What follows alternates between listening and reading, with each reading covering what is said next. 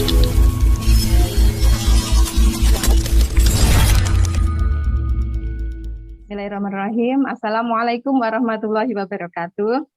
Waalaikumsalam warahmatullahi wabarakatuh. Nggih, Bapak Ibu dosen penguji yang saya hormati, izinkan saya untuk menyampaikan materi komprehensif, yaitu tentang di kelas 1 tentang materi akhlak terpuji, yang mana KD-nya adalah 3.10, yaitu memahami makna bersyukur, pemaaf, jujur, dan percaya diri. KD di sini akan saya kembangkan menjadi indikator, yaitu yang pertama adalah satu, menjelaskan arti jujur, kemudian yang kedua adalah menyebutkan manfaat dari perilaku jujur, kemudian yang ketiga adalah menganalisis pentingnya perilaku jujur. Nah, dari menjelaskan ini diambil KKO-nya yaitu C2. C2 sama dengan KD yang 310 itu memahami dari C2. Kemudian yang menyebutkan itu C1. Kemudian yang menganalisis itu C4 hot. Kemudian pendekatannya adalah TIPEK, Pak. Teknologikal, pedagogi, content knowledge. Kemudian metodenya adalah PBL, yaitu tentang pembelajaran yang problem based learning, ya, dengan masalah seperti itu. Pembelajarannya nggih, Pak, kegiatan pembelajaran pendahuluannya adalah yang pertama, guru menyampaikan salam, membuka pembelajaran dengan salam, kemudian mengajak siswa untuk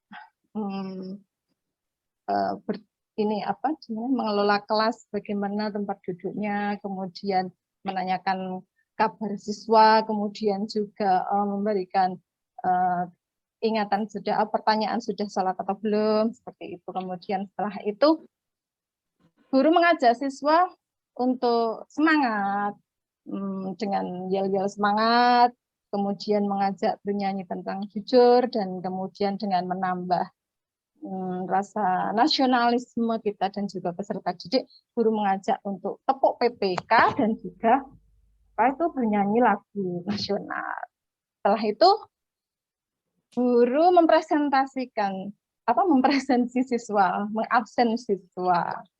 Kemudian setelah siswa diabsen, guru juga mengajak siswa lagi untuk membaca surat pendek.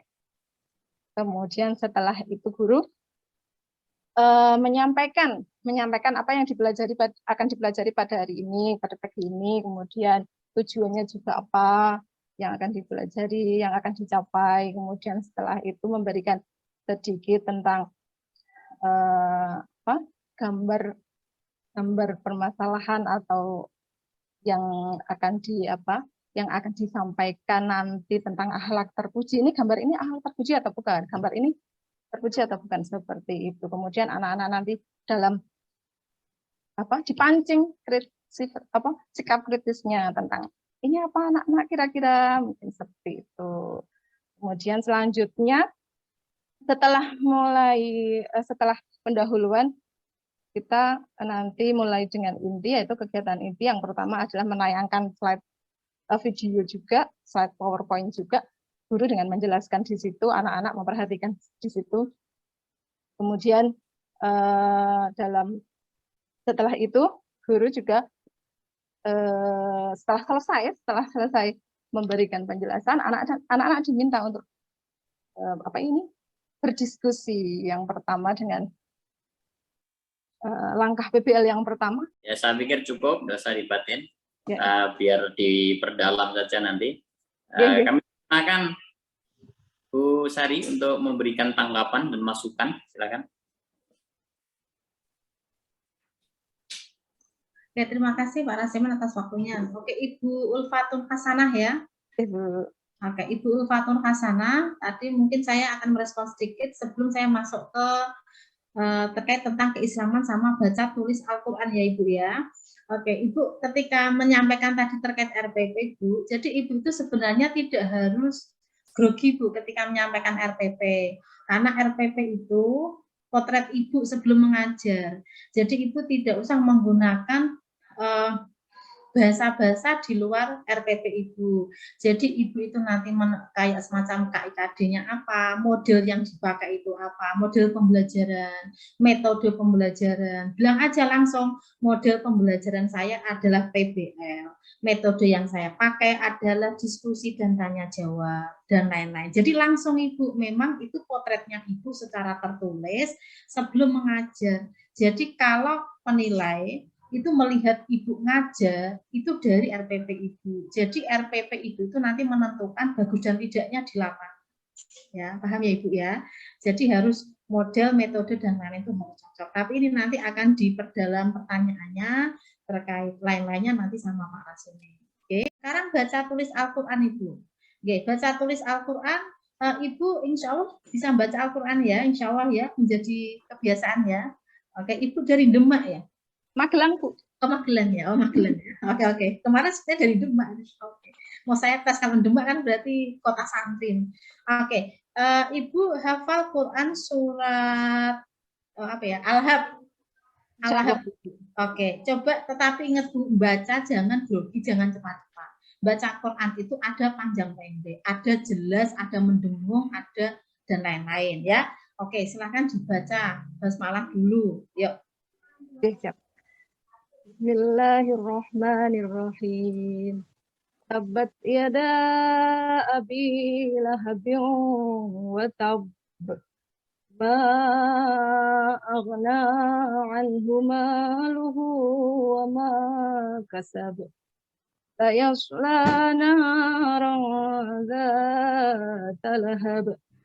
Wa imra'atuhu hammalatal hatab. Fi jidha hablum min masad. Shadaqallahul azim. Oke, nah, kese bagus. Nah, Ibu ini terbiasa jadi imamnya anak-anak di rumah.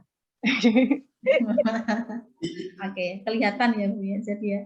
Oke, nah kalau membaca Quran itu memang ada panjang pendeknya. Tapi tadi awalnya Ibu itu terlalu panjang tadi tuh. Yang tabat pembuka tadi itu terlalu panjang tuh.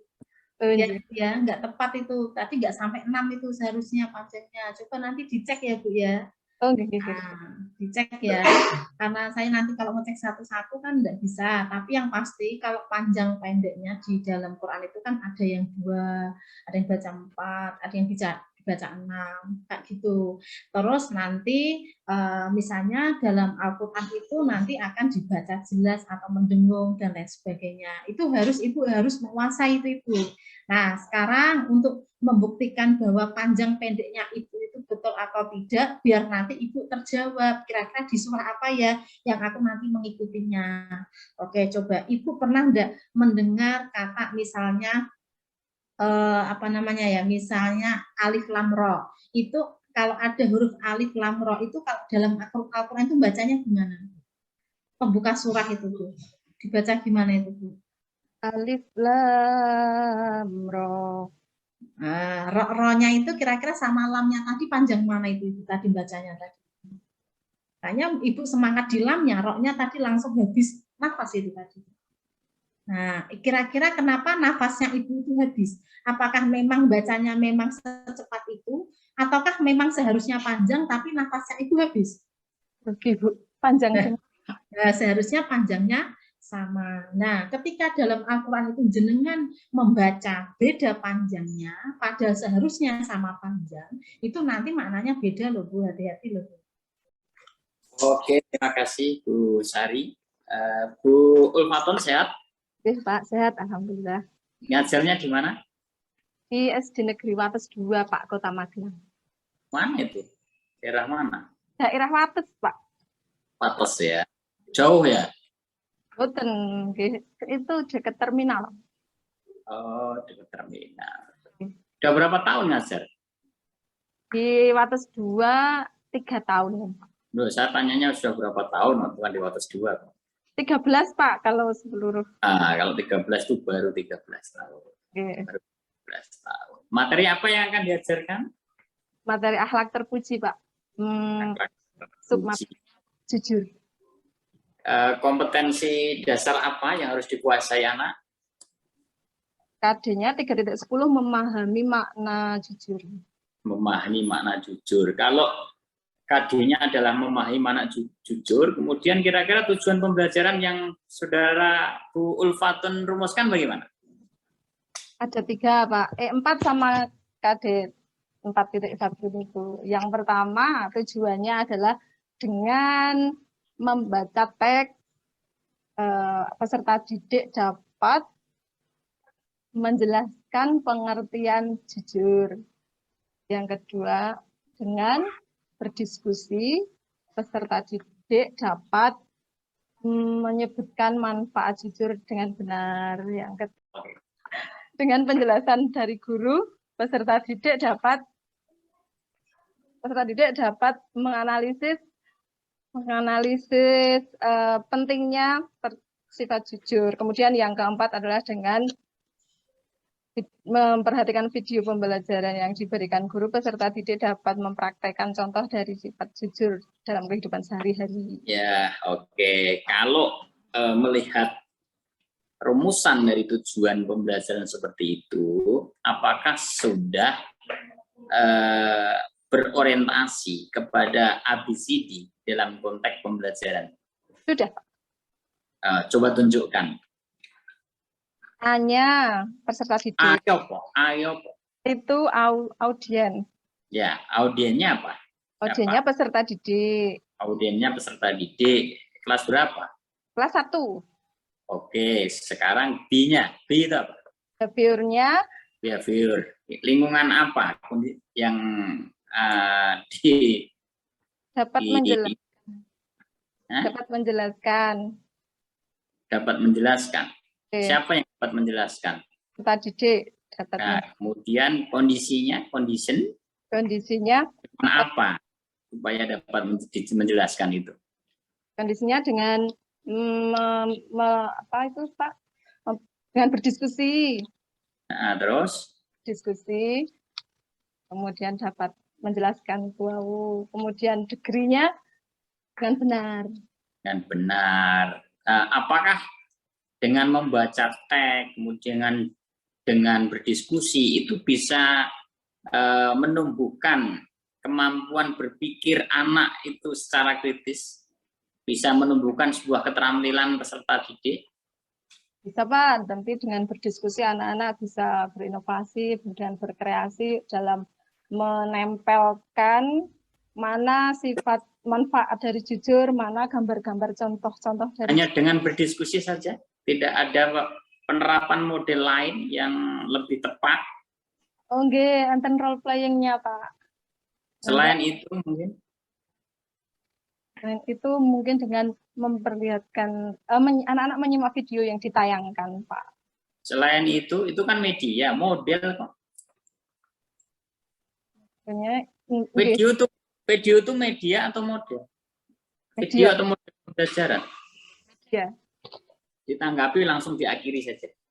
PBL-nya niki masuk ke tentang ini, Pak, tentang LKPD. Di diskusi tadi, Pak, PBL-nya masuk di situ. Boleh di LKPD boleh, tapi di dalam tujuan pembelajaran harus dirumuskan. Dirumuskan itu harus jelas di situ. Melalui problem based learning, siswa dapat meningkatkan keterampilannya tentang meningkatkan pemahaman siswa tentang dengan benar. Itu harus betul. Inilah yang disebut dengan istilah kondisi apa dia akan mencapai kompetensi yang diharapkan gitu loh.